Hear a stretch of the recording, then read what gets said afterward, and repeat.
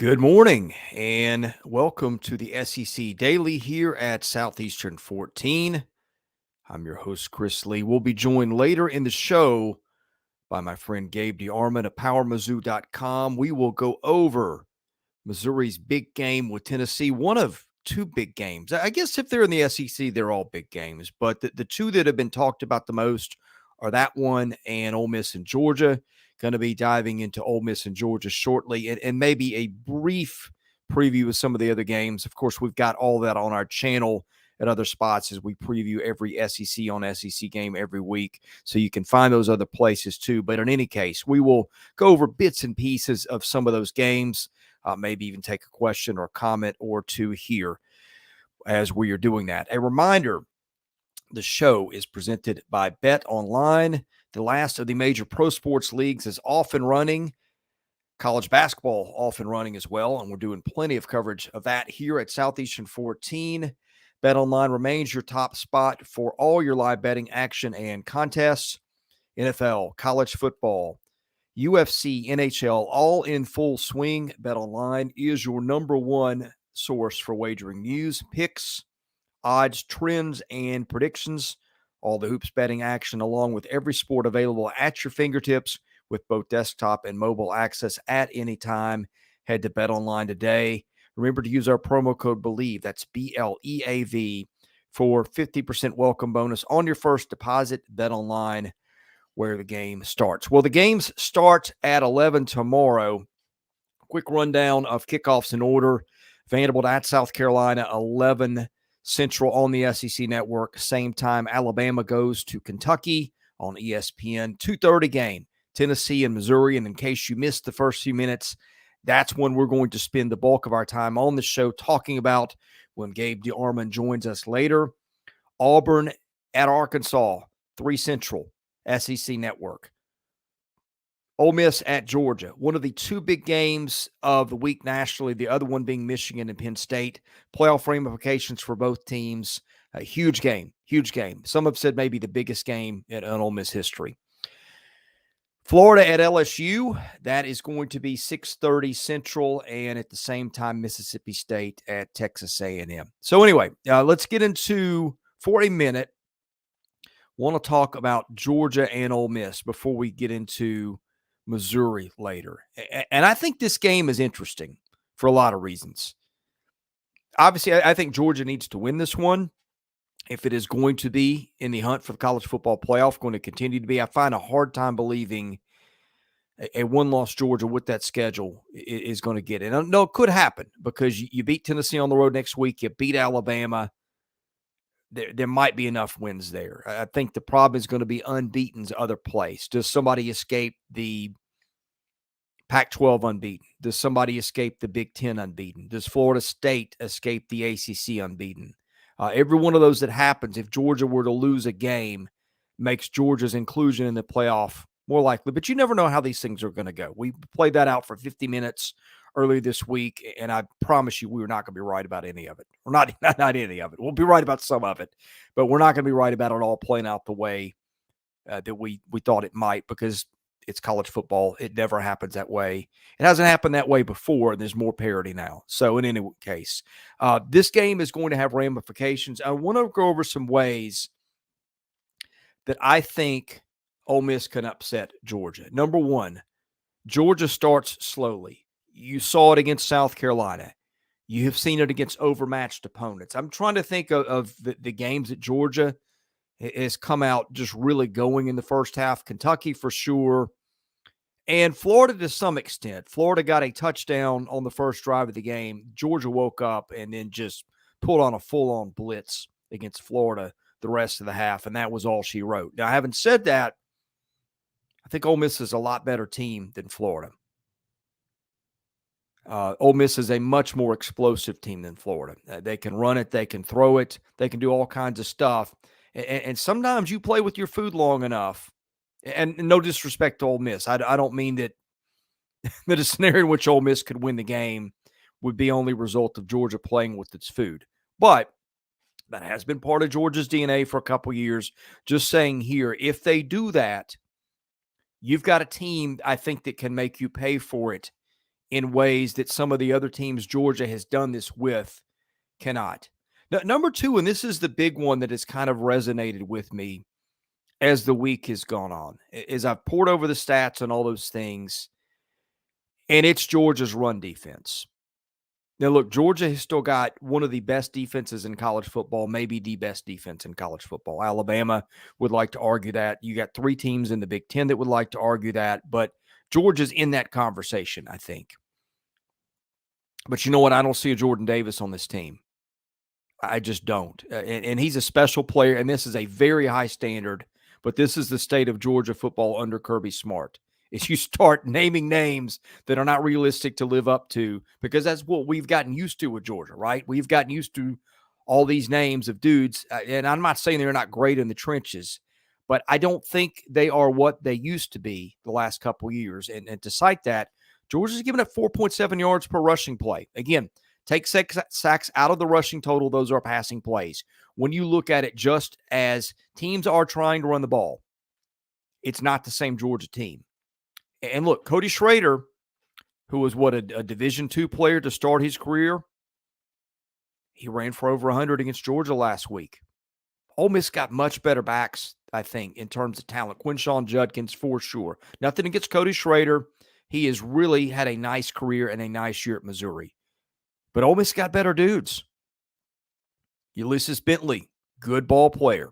Really good backup running back. Would start a lot of places. I know that Ole Miss is getting 5.2 yards a rush.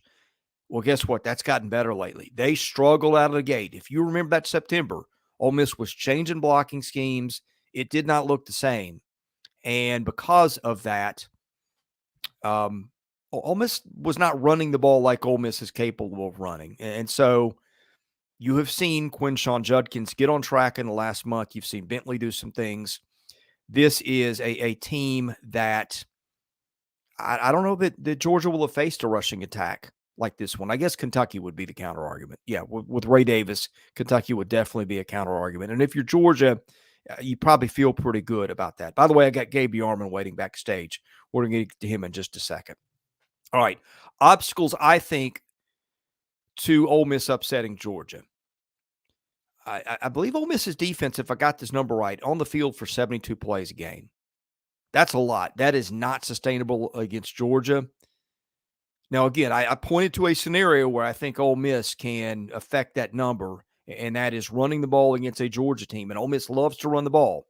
That is not stopping it at the elite level that it was. So you've got to move the chains if you're Ole Miss, keep your defense off the field. You do not want your defense on the field for 70-something plays against Georgia. Number two, it's in Athens. Do you know the last time Georgia lost in Athens? October 12th, 2019. That was 49 months ago. Georgia has not played well in several home games at times, certainly not for two halves at a time. Still has won. That crowd's had a lot to do with it. Of course, so has the talent. And finally, I think the big question in this game, right before we go to Gabe, whose strength is stronger? Teams pass it 59% of the time against Georgia because they're always playing from behind, or mostly. 4.7 yards per pass attempt. That is elite. Georgia's got dudes in the secondary that are going to play in the NFL. I know that's no news to anybody here. On the other hand, Ole Miss averaging 8.9 yards per passing play. I think that is second only behind LSU. So it is going to be strength against strength. Whose is better? All those factors we ran through, and that's the fifth of five things. That could be one that determines it. But those are just some things to watch as you're getting into watching Georgia. And I'm going to bring in Gabe DeArmond, good friend of mine, PowerMizzou.com, is covering, I think, a fascinating football season. Huge game in Columbia tomorrow night. Gabe, first of all, welcome to the show. Thank you for joining us, especially on short notice. How big a game is this? I know you've already been through a couple of these this year with Kansas State, with LSU, and maybe this one lost a little luster with that second loss last week. But how big is this one historically for Missouri? Well, it's weird. I said last week before the Georgia game, in some ways, I thought the Tennessee game was bigger than the Georgia game because Yes, Georgia had, the SEC East was on the line. You keep your playoff hopes alive. For all that, I get the reasons that one was obviously the bigger one, but realistically, not many people thought Missouri was going to go into Athens and win, right? I mean, I don't think most people probably thought they were going to keep it all that close, which they managed to do. But this one, I mean, this is between Missouri and I would say likely 10-2 season. I mean, you've got Florida at home next week, and then you go to Arkansas. And while those teams could beat Missouri, Missouri's going to be favored in both those games. Missouri has won 10 football games in a season 6 times in its history. You win 10 going into a bowl game, you're looking at a top 5 season in school history. And maybe you didn't win the division. Maybe you're not in a 4-team playoff, but you got a New Year's 6 bowl still out there. You've got second place by yourself in the East still out there. And that's really what 6 teams in the East are kind of chasing right now, right? Hey, be second and maybe catch Georgia on the right day. That's about where everybody's at, because Georgia is, I mean, if we're honest about it, Georgia right now is every bit what Alabama was 6 years ago. They're every bit that dominant in this league. So I think this is huge. It's interesting. They've got their 4th straight sellout. It's the first time that's happened here since 1980, which really surprised a lot of it. Eli Drinkwitz even said, I can't believe they never sold out 4 straight home games with Gary doing what he was doing, but apparently they didn't. And capacity's bigger now there with the renovation, isn't it? No, it's actually or is that one of those smaller? That shrunk it? Okay. Yeah, it used to, for a long time, it was 71. Then it went down to like 65. It's a little over 62 right now. Yeah.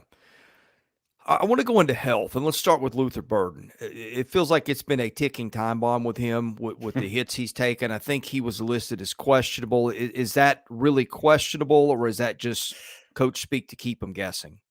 Well, I think it's going to be questionable. We normally get an injury report from Missouri on Thursday nights, which I always appreciate, even if it's not completely honest. At least we get something. We didn't get that yet this week. Maybe we'll still get it, but I'm kind of guessing at this point we won't. But I think Luther will be out there.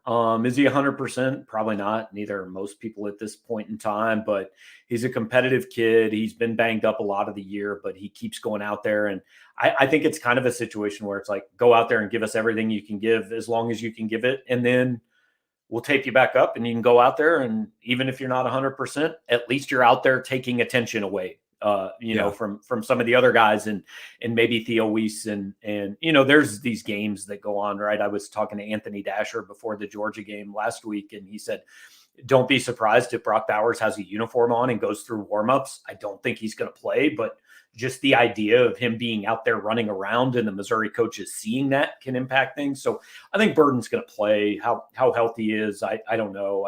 I've said a few times this year, he has a little Jeremy Maclin in him, who had a little of the, you remember how Jim Brown used to say he would get up and walk real slow to the huddle so the other team would think he was hurt. Yeah. There was a time in most games that Jeremy Maclin played here that I thought, whoa, he's out for the day at least, and his season might be over. And then he'd be up and he'd go 70 yards 3 plays later. So Luther's had a little of that. Like you look at him and say, oh man, this is real bad. And then, well, no, he's just fine. Is it an ankle issue? It's the ankle now. I think he had the shoulder banged up against South Carolina. He had something earlier in the year against Memphis, but last week I forget if it was the second or third quarter, I think it was the second quarter, his foot got caught in the turf when he was trying to make a catch in the end zone, and he definitely hobbled off. Now, he came back in the game like 3 plays later. I mean, it was the same drive. He was back in the game. But, I think it's just one of those things where it's never going to be 100% until you take 6 weeks off, and you just can't take 6 weeks off right now. Yeah, my guess is they shoot him up with stuff. He won't be feeling a thing at kickoff, and then after the game when that wears off, they're like, "Oh my goodness, that hurts." No, they don't do that in sports, Chris. We don't do that at all. No, that's funny. They just have really super magic tape and a lot of adrenaline. All right, I've waffled back and forth, and I picked Missouri, but this is one of these. If they lose, I'm going to feel like an idiot. Here's why. Tennessee has scored 60 points or more the last 2 meetings. No, look, let's rewind a little history here. 2 years ago, that was pre-Blake Baker. That defense was awful. He made a huge impact year 1 last year. and you're like, okay, well, Tennessee still scored 60, whatever, or how many of it was, I think. Mm-hmm. But that was also in Knoxville. That was also with Hendon Hooker, who's one of the best quarterbacks in the history of that school. That I don't think Joe Milton's awful by any stretch, but he's not Hendon Hooker by any stretch either, and neither is his receiving core from last year. So is this one of those where we look back at the end of the game and Tennessee scored 52 points and we're like, we should have seen it coming? I don't think so, because I don't think this Tennessee team is built that way. It's not just that Hendon Hooker's not here. It's also the two NFL wide receivers whose names I should know, but have mostly because I wanted the Chiefs to draft one of them. I should know who they are, but they don't have those guys on the outside. So I don't think this is a Tennessee team that can come hang 50 on a representative Power 5 football team. Doesn't mean they can't win. Doesn't mean they're not good. I actually think it's a pretty big credit to Josh and what he's done there. He won the way he's always won the first 2 years at Tennessee, right? We're going to score 70 points and we're just going to survive and we're going to fling the ball all over the field. He's now winning completely the opposite way. He's got the third best rushing team in the country. He's got a really good defense that gets after the quarterback. So I think this is more of a game in the high 20s, the low 30s. I don't see the last, if you extend it back to Jeremy Pruitt's last year, Tennessee's outscored Missouri 163-60 in the last 3 games. It is, and that's another reason. Like, I've heard some people say, well, can Missouri bounce back? They lost, nothing's on the line. Look, this is actually there. Like, Georgia isn't your nemesis in the East, right? Georgia's everybody's nemesis. Tennessee's the one that the last couple of years Missouri's looked at and go, well, we don't know how to fix that, So, and look, Missouri's better than they have been in those last 3 games. I mean, this is the first team Eli Drinkwitz has had that you look at and say, yeah, they played Tennessee 10 times. I think it's a competitive series. Yeah, no, I agree with all that. I think one of my other biggest questions is Brady Cook. He had that stretch where he threw 360 passes without a pick or whatever it was breaking records, all that kind of thing. But it's looked a little bit more ordinary since the second half of the LSU game on. Mm-hmm. How big of a concern is that? Because, look, Tennessee scored 3 defensive touchdowns last week and can get after the quarterback. Yeah, the galaxy brain theory is he hadn't thrown a pick in 360 passes, and then he threw one against LSU, and it broke him, and it's now an epidemic. I mean, he only has 5, I think, and 2 of those, the last one against LSU and the last one against Georgia, almost don't even count because, I mean, they count, but you're talking about desperation plays. You're 2 scores down trying to make a miracle in the last 4 minutes, so whatever. So he's been still good, but he has obviously, I mean, he had 300 yards 4 or 5 games in a row, and then it's been more pedestrian the last 3 weeks, no question about it. So I know Missouri fans would love to see the breakout and back to what he was midseason. I don't know if this is the right week for that to happen. I think next week with Florida in town, you should kind of expect that to happen, given what I've seen Florida do the last few weeks, and maybe against Arkansas as well. But he doesn't look as good as he did the first 6 weeks of the season, but he's still playing pretty good quarterback. And if you look at the season as a whole, I think he's, in there as probably the 3rd best quarterback in the league this year. Yeah, we've hit a couple of concerns so far from Missouri. As you look across the matchup, where do you see Missouri maybe having a decided advantage? Is there anything else that you'd be concerned about from a Missouri standpoint that we have not discussed?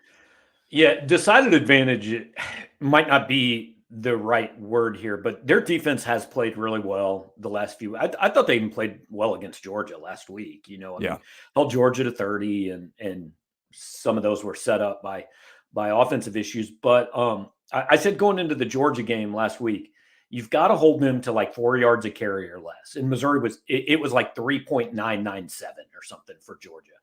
And that gives you a chance. Now, the difference between Georgia and Tennessee is if you kind of eliminate Georgia's running game, they are still good enough to go beat you with Carson Beck and Dom Lovett and Oscar Delp and Ladd McConkey. Yeah.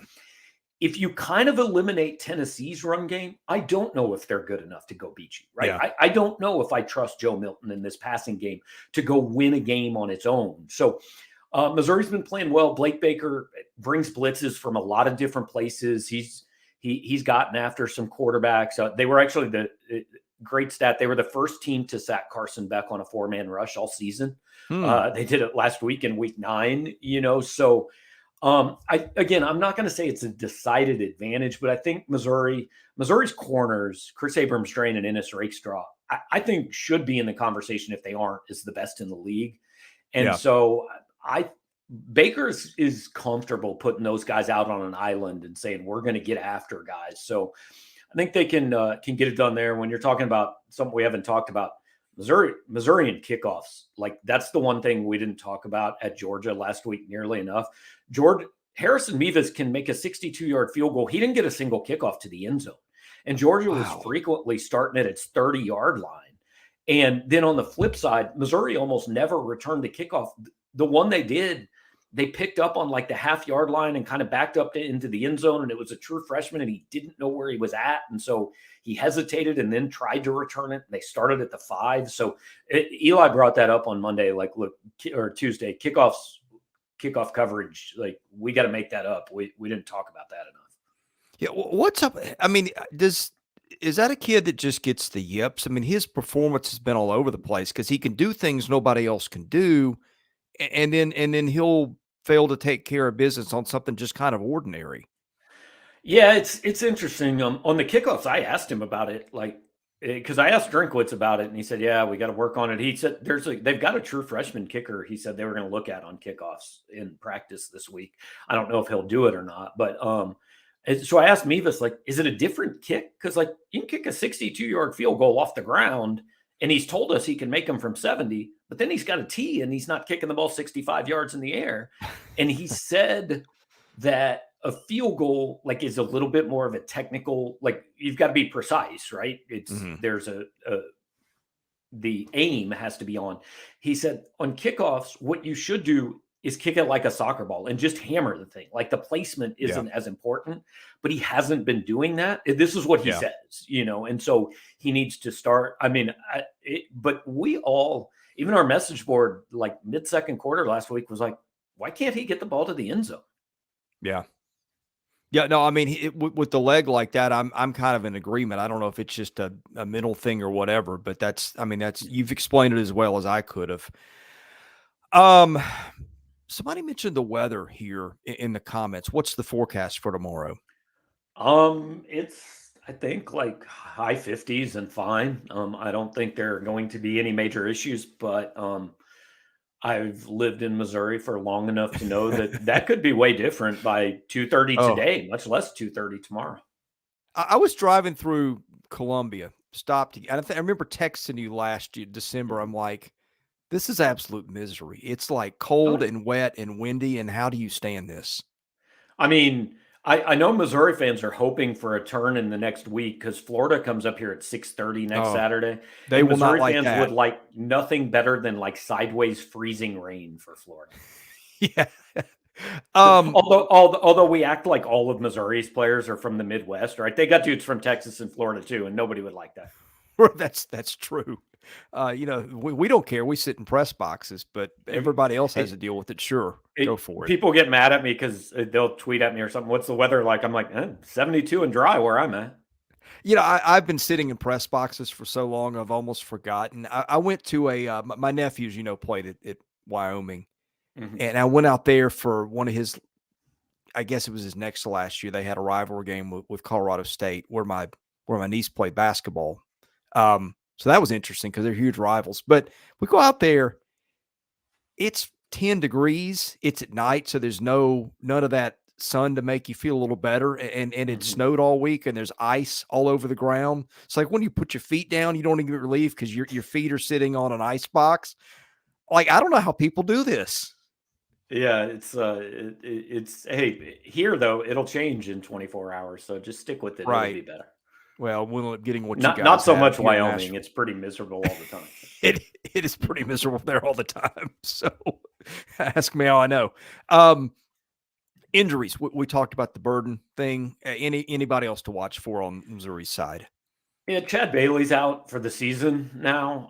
Drinkwitz just announced that on Tuesday. But the truth is, he's missed about half the year anyway. Chuck Hicks has played more snaps than he has. So I don't know that that greatly impacts the team versus what we've already seen. I mean, he didn't play Yeah. against Georgia. He didn't play against South Carolina. So I don't know how big a difference that is.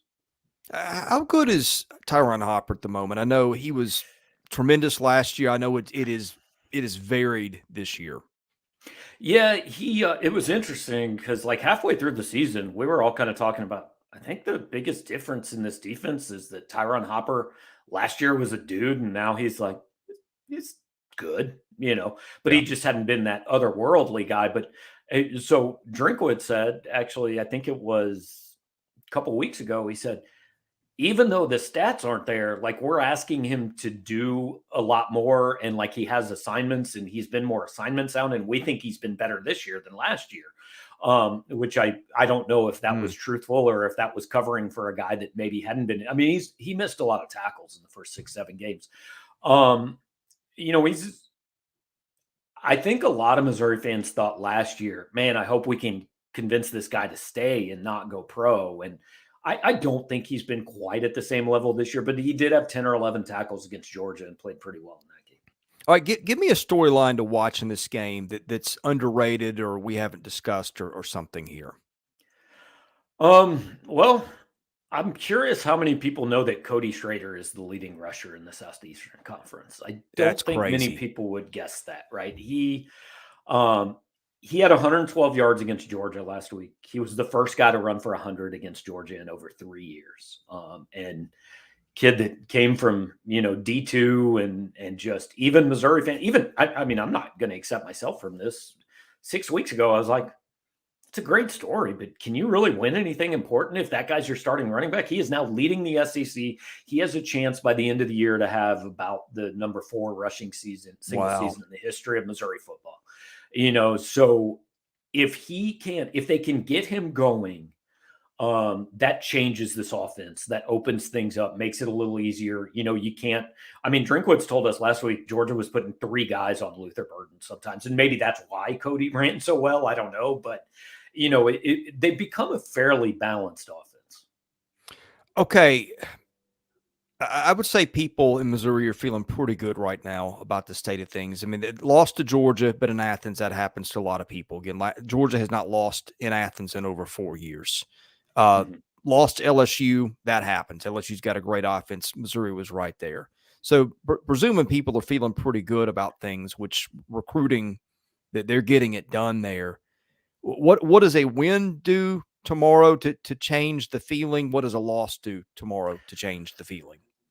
Tomorrow is the difference between a pretty good to really good season and a potentially great season. If they beat Tennessee, again, 2 weeks left, but you've got a shot at 10-2. You've got a shot at Peach Bowl, Cotton Bowl, something, in that New Year's Six. If you lose, hey, Missouri fans, if you told Missouri fans in August you're going to finish 9-3, the losses are going to be competitive losses to Georgia, LSU, and Tennessee, I think all of them would have said, cool, sign me up. We don't even have to play the games. Just let's take that right now. But now that you're here, right, you get greedy and you want that 10-2. So it'll even if they lose tomorrow, it'd still have a good year at 9-3. But it's not that year that 10 years from now, Missouri fans will look back and say, man, that was fun. That was a really good ride, right? I think tomorrow's game is kind of the difference. And I truly think it's a coin flip game. I mean, when it opened, I saw some lines that had Missouri by 1.5, and I saw some that had Tennessee by 2. It's kind of, I think it's about Tennessee 1.5 right now. But if these teams play 10 times, look, it just depends on the day and the location and which one plays a little better. Like, I think they're relatively evenly matched teams. Yeah. The computers all have Tennessee being a little bit better, even with the home field, but the computers also have not liked Missouri. I think they've been a little behind and are now starting to catch up a little bit. You've got SP Plus got Tennessee by 2, FPI Tennessee by 3, Sagarin and FPI Tennessee by 5. So yeah, the computers like them, but I mean, I think Tennessee's a different. If this is in Knoxville, I'm not really having to do a lot of thinking. I'm taking Tennessee, but it's not. And Tennessee has had 3 road games. No, granted, one of them was Alabama. And not a lot of people went in Tuscaloosa, but they were pretty good against Kentucky, last one out, and not so good in Florida. Maybe that's just Florida. It does not seem to matter what Florida's got. Florida beats Tennessee in Gainesville, so maybe that's just an outlier. Throw it out, but that's a question. If you look at these 2 seasons, they've been incredibly similar, right? They both lost a game to a top 5 team, close game, but lost. They both beat up the non-conference schedule, or won the non-conference schedule. They both beaten Kentucky. They both beaten South Carolina. The only difference in this season is that Tennessee has had that one bad day against Florida, and Missouri hasn't had that one bad day. I mean, Missouri's 2 losses are the top 20 teams in the last 5 minutes, right? They haven't had that day where they've lost a game that you kind of go, how'd that happen? And Tennessee had that happen one day.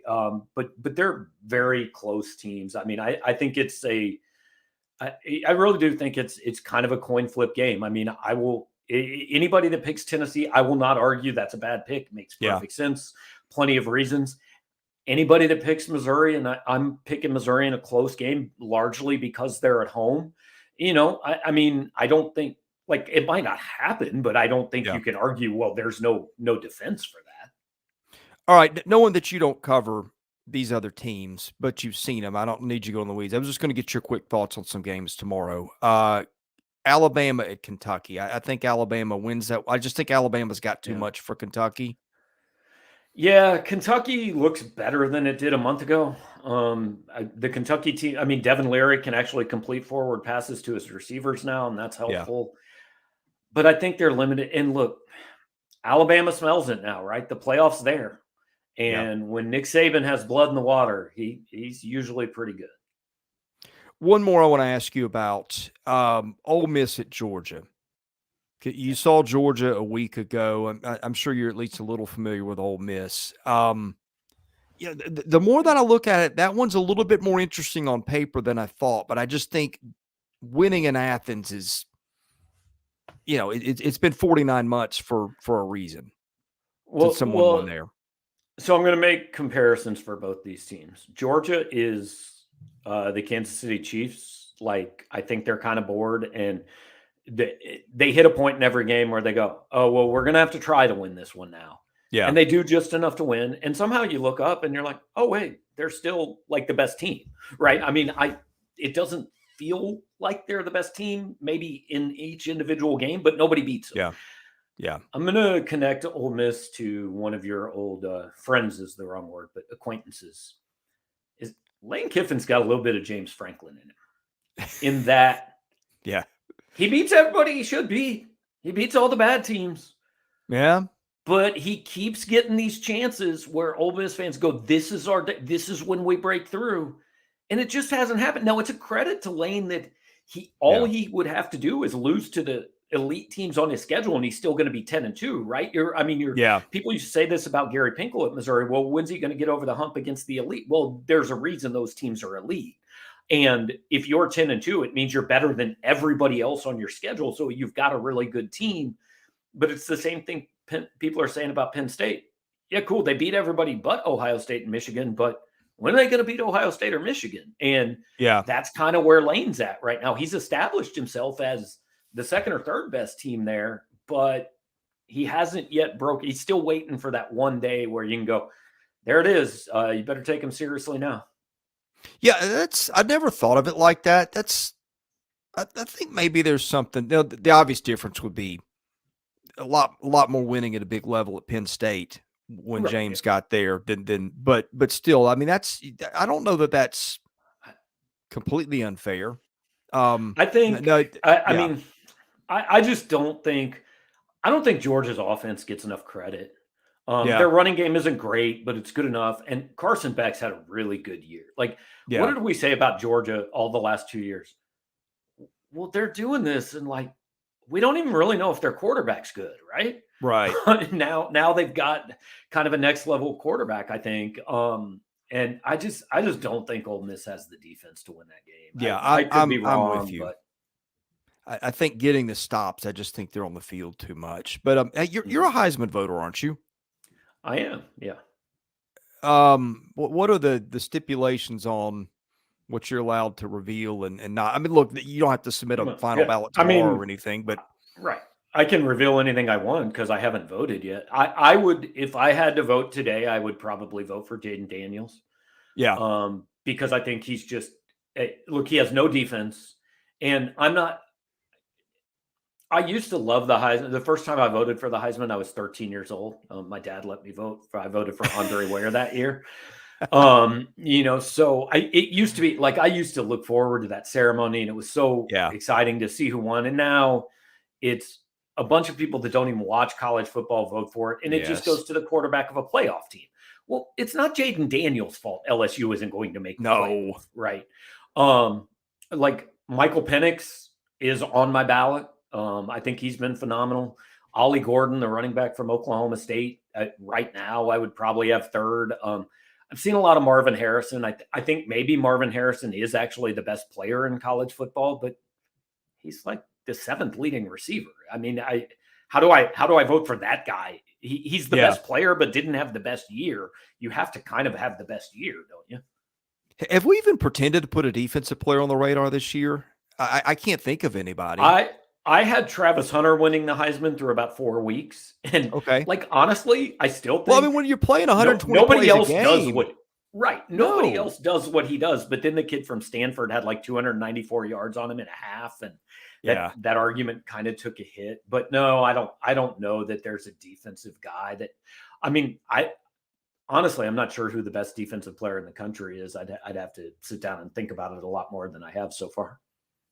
All right. I cannot get you out here. I know this is a football show, but it is prohibited in my contract for me to let you escape our show without asking you some obligatory Dennis Gates and Missouri basketball Yeah, questions. big game tonight. Who have they got tonight? They got Oh, they've got Memphis in oh, Columbia. that's right. I was thinking that was tomorrow for some reason, but today's Friday. Yeah. You're right.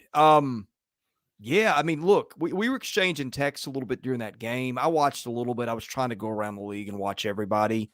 And they played Pine Bluff. Yeah. So I mean, bottom 20 team in the country probably. But I mean, it looked in style and makeup a whole lot like what we really enjoyed watching a year ago. They're going to play super fast. Dennis has 18 guys on his roster. Like there are so many guys on this team that literally there are 3 guys every night that aren't going to be able to play because they aren't in the scorebook. Now that includes walk-ons, obviously, but I mean it's a huge roster, and what that allows them to do is like they can all go play 120 miles an hour all the time because they always know, hey, there's another guy that can take my spot if I need a break. Yeah, I think they'll lead the country in 3-point attempts. He signed Connor Vanover, 7'5" kid in the transfer portal, and he signed him because he's a good 3-point shooter. Like he wants that kid to be out there. Jordan Butler, they've got a 7-foot freshman. He took 2 shots on Monday. The first one was a dunk, and the second one was 3, and he made both of them. So it's going to be a really fun team to watch. Memphis, I think, scored 99 in their opener, or 97. Missouri scored 101. The over-under on this game is 160, and it feels too low to me. It's going to be pretty fun to watch. So look, Missouri doesn't have a first team or a second team guy in the league. Like they had nobody on the first 2 teams. They don't have any of these kids who are superstars in recruiting or anything. It's the roster is kind of similar to last year. And in hindsight, people go, but last year they had Kobe Brown. Well, a year ago, nobody knew Kobe Brown was what Kobe Brown turned into. And nobody thought Demoy Hodge was an NBA player. All I know is for 5 months, this coaching staff has been telling me, I think we're going to be better than we were last year. Wow. So I don't know if they will be. Now, the schedule's tougher. They could be better than they were last year and not win 25 games because they play Memphis tonight. They're at Minnesota next week. They're at Kansas. They're at Pittsburgh. They play Seton Hall in Kansas City and Illinois and St. Louis. So, like, they've got a grown-up non-conference schedule, which they didn't have last year. But the expectation here is a tournament team. I don't know if I think that's not the expectation outside of Columbia, but that's the expectation here. I feel like the Tamar Bates ad is going to end up being really significant for them. Yeah, I mean, that's an understatement. So, yeah. Yeah, I tweeted out during the game on Monday that I was accepting applications for the Tamar Bates fan club. At one point, he scored 10 straight points, and he's what's good about the transfer portal. Like, he was a 4-star kid, super highly recruited out of high school. He just went to a place where it just didn't work. The system didn't really fit him. They played through 2 guys, and he wasn't one of them, and he just kind of got lost in the shuffle, right? So for a kid like that, hey, I'm going to go find a place where it fits what I do. And he's closer to home. He's got a 2-year-old daughter. He grew up 2.5 hours from here. His entire family was at the game, and they were so happy after the game just to see him do what they thought he could do. So that's the upside of the transfer portal. I know you're an old guy like me, and you've watched college basketball for a long time. Missouri fans immediately started saying he reminds me of Kareem Rush because he's a left-handed shooter. I'm not going there yet. Kareem that's a lot. But if he's not in the all-time Mizzou starting 5, he's on the second team. So I'm not putting Tamar Bates there yet, but I do understand the stylistic comparison. Do they get Vanover eligible? So what happened is he was suspended for the first 3 games of the season because he played in the Portsmouth Invitational. So, Connor finished his 5th year. They told him he could go through the process and go play at Portsmouth, and he did it.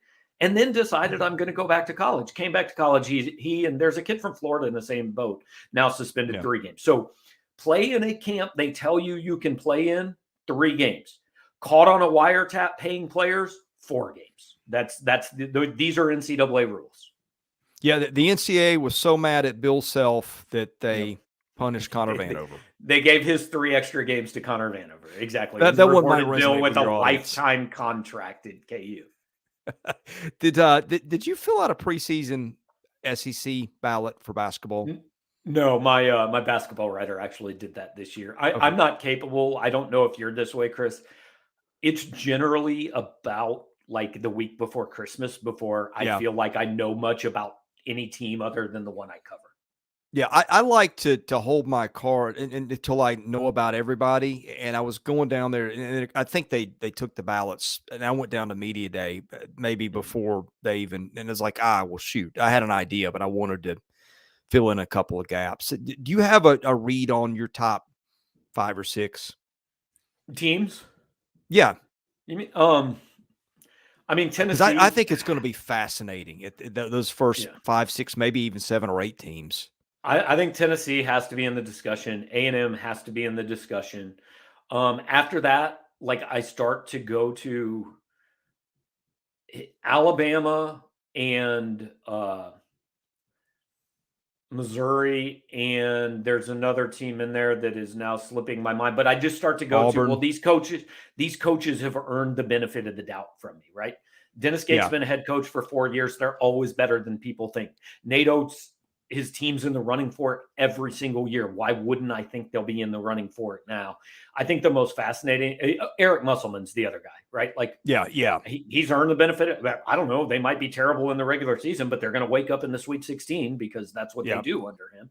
The fascinating one is clearly Kentucky, right? I mean, Cal has gone from one and dones that were 38-1 every year to one and dones that it didn't work. So I'm going to do this portal thing. Well, that didn't work. Now I'm back to one and dones. And I don't know, man. Like those old Kentucky teams, what they used to be is in November, you'd go, I'm not sure how good they are. And then in February, you'd go, oh my God, I don't want to play them.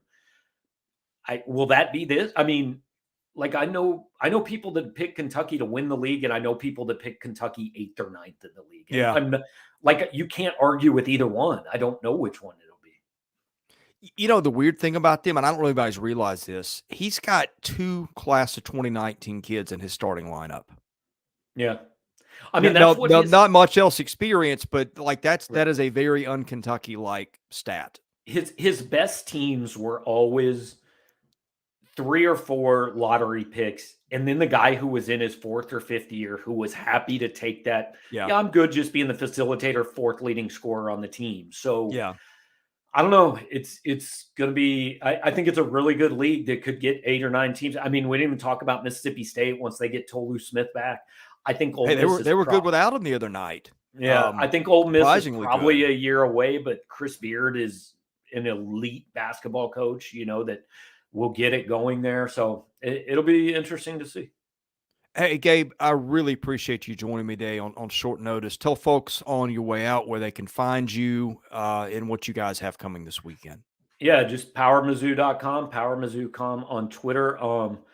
Basketball sellout against Memphis tonight, football sellout against Tennessee tomorrow. I've been talking to some people. We're not sure that it's ever happened here where, both sports have a sellout in the same weekend back like when Norm Stewart was here, like every team in the country they said every game was sold out, and then you'd walk in, it was half empty. So it's impossible to really know if it's happened here, but if it has, it's been a long time. Hey, Gabe, appreciate you joining us. Enjoy watching Tennessee and Missouri tomorrow because I think it's going to be a dandy. All right, Chris, have a good one, man. Thank you.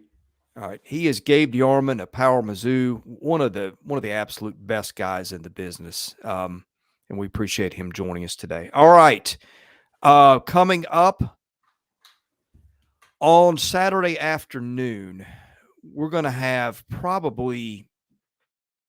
Saturday night's going to be more like it. We'll have probably a summary of all the games that are played. So best way to get that, hit the like button, hit your notifications. That way you know when we go live. I do apologize that we start at 11:30 today. We usually start at 11. Ask Gabe last minute. Trey Wallace generally joins us on Fridays, and I normally would not put this out there, but Trey tweeted it. He's got a family situation with his father is in the hospital. You can go read his account yourself, but he's asked for prayers, and I would urge people to do that. Trey is a dear friend, usually joins us on Friday, but with that going on, obviously did not. So in any case, we thank Gabe DeArmond for joining us today. Cannot wait to see SEC football tomorrow. Again, we'll have you covered wall to wall. We'll have predictions up Monday morning, and we'll be back to the Daily Show next week. Should be going live at 11 every day like we normally do, unless we get thrown for a loop like we did a little bit today. But anyway, thank you for watching us starting 11:30 today. Again, we'll be back to 11 next week. Apologize for that today, but just couldn't be helped. I'm Chris Lee of Southeastern 14. This is the SEC Daily. Thanks for watching us. We'll catch you again tomorrow with the wrap-up of SEC football action.